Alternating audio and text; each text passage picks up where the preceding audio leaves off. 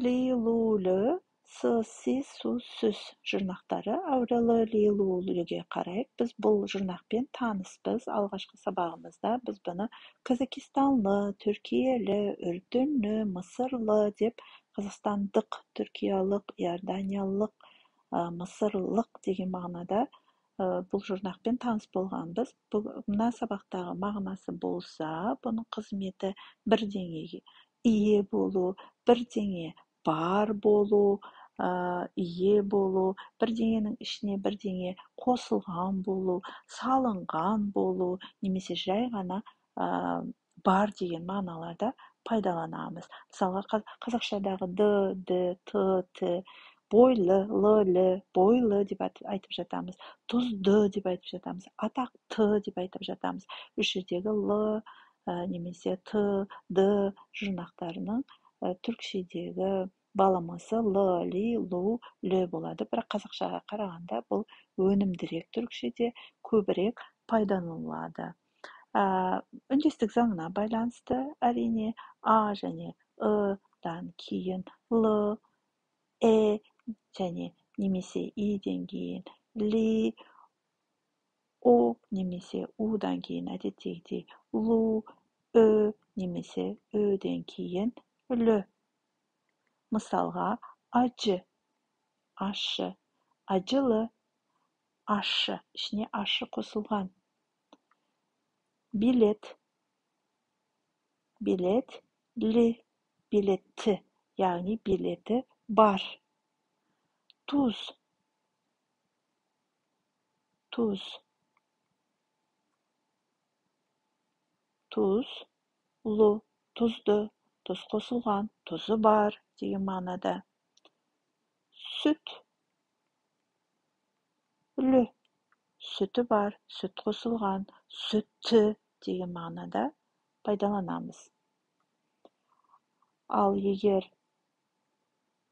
жоқ дейтін болсақ, мынау бар болу, ал мынау болса жоқ болу, бірдеңеге ие болмау, жоқ болу, бірдеңенің ішіне бірдеңе салынбау, қосылмау деген мағынада айтқымыз келсе, мына л, ли, лудың қарама-қарсы мағынасында пайдаланатын болса, онда с, си, сус, сүз. Қазақшада да біз бұны сіз, тұзсыз деп айтамыз. Мысалға, шекерсіз деп айтамыз. Сол секілді а, дан кейін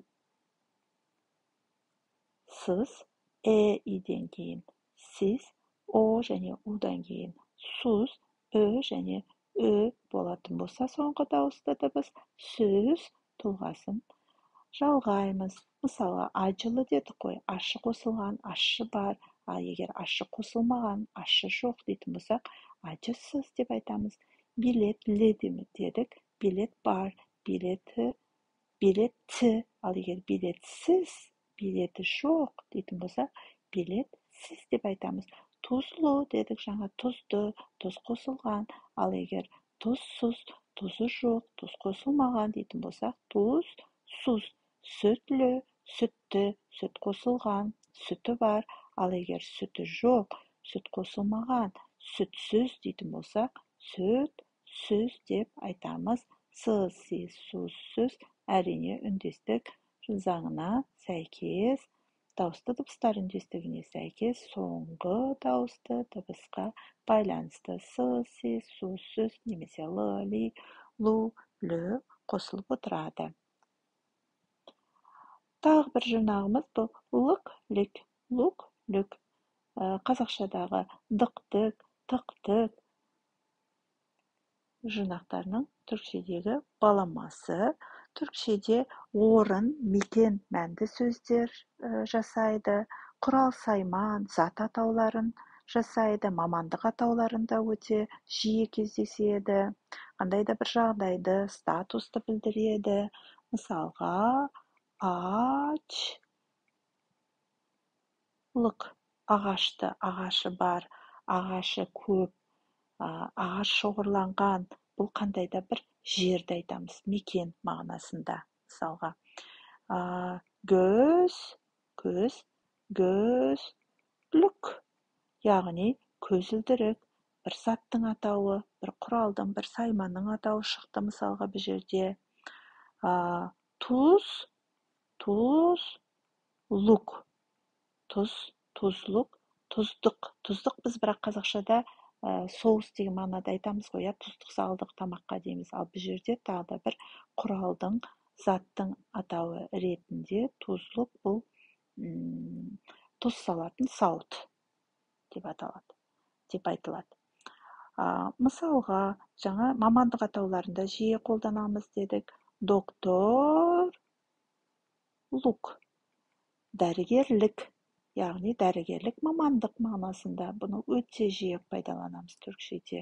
Авокатлық, докторлық, öğretmenlik, яғни мұғалімдік. Мұғалімдік, мұғалім мамандығы, мұғалім болу деген мағынада. Авокат дедім жаңа. Авокатлық, адвокаттық, яғни адвокат мамандығы, адвокат болу. Адвокаттық кәсіп немесе. Адвокаттық мамандық. Бұл жерде мамандық үшін қолданылды. Қандай да бір жағдайды, статусты белгілейді дедік. Ev, жаңа біз алдында өткен evlilik. Үй, мынау үйленген, тұрмыс құрған. Ал мынау болса, evlilik дейтін болсақ, тұрмыс құрған, болу, тұрмыста болу, үйлену, үйленген болу деген мағыналарда бір статусты, бір жағдайды көрсетіп берді. Әрине, біз мына жерде тағы да дауысты дыбыстарға қараймыз, соңғы дауысты дыбысқа. Сол дауысты дыбыстар үндестігіне сәйкес лық, лик, лук, løk немесе осы төрт тұлғаның біреуін таңдаймыз. А және болса соңғы дауысты дыбысымыз лық. Әрдайым бізді айтып отырмыз, ұмытпайық. Лик, о немесе у болса соңғы дауысты дыбысымыз ол лук. Немесе болатын болса ол løk. Оған løk тұлғасы жалғанады. Енді біз кітабымызға қарап жіберейік. Annem yemeğe tuz katmıyor. Mamam tamaqqa tuz salmaydı. Annem yemekleri tuzsuz yapıyor.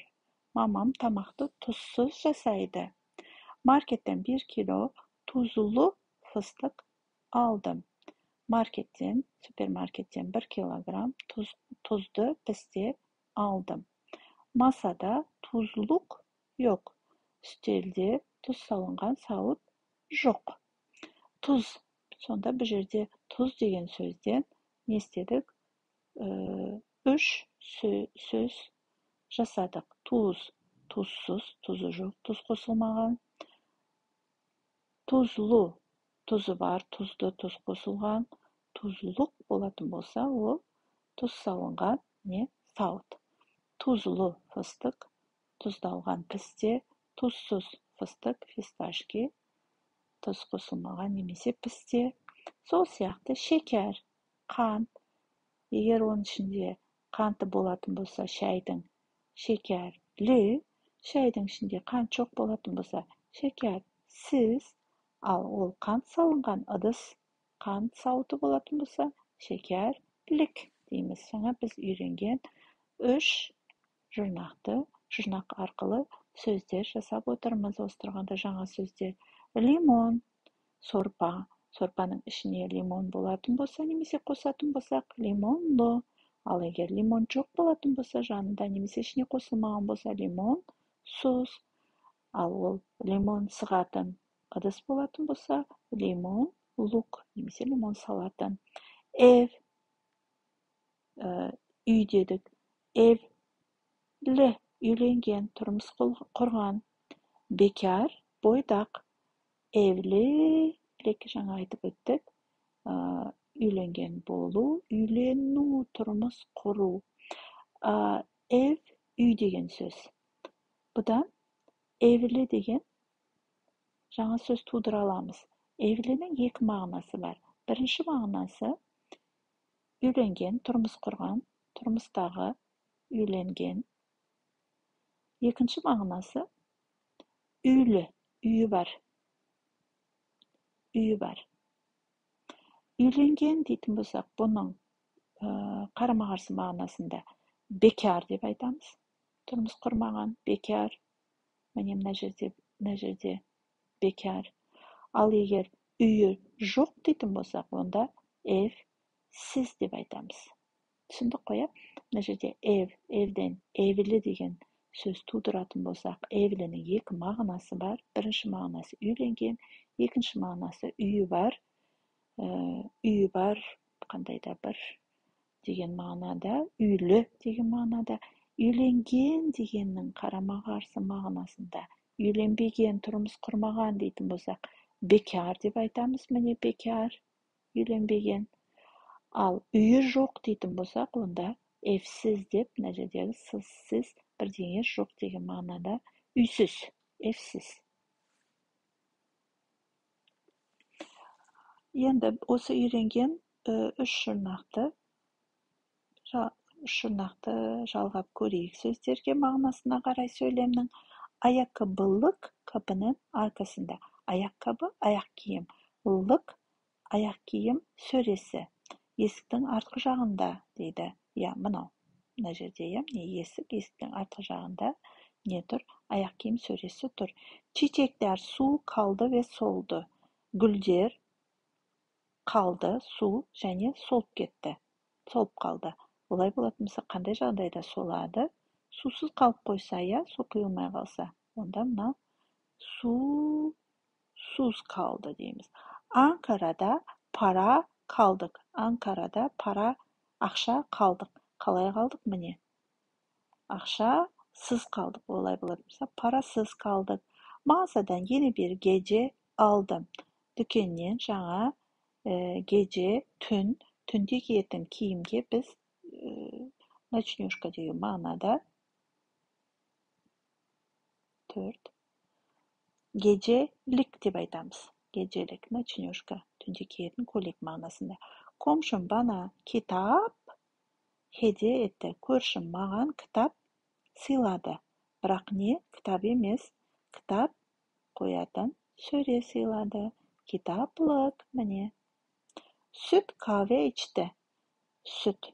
Кофенің ішіне сүт құйып жатыр, Олай болса, sütlü kahve içti. Süt қосылған кофе ішті. Kira, жал, ev arıyorum. Жалға үй іздеп жүрмін. Қандай үй іздеп жүрмін? Жалға берілетін үй іздеп жүрмін. Мына жерде нелер бар? Хабарландырулар бар. Үйлерге беретін, жалға берілетін үйлер бойынша. Kiralık деп айтамыз. Жалға берілетін үй. Fotoğraf, özgeçmiş hazırladım. Сурет, резюме дайындаdım. Түйіндеме. Резюме дайындап тұр. Мына жерде 8-ші суретте несі бар? Оның суреті бар, резюмесінде. Олай болса, fotoğraf, özgeçmiş hazırladım.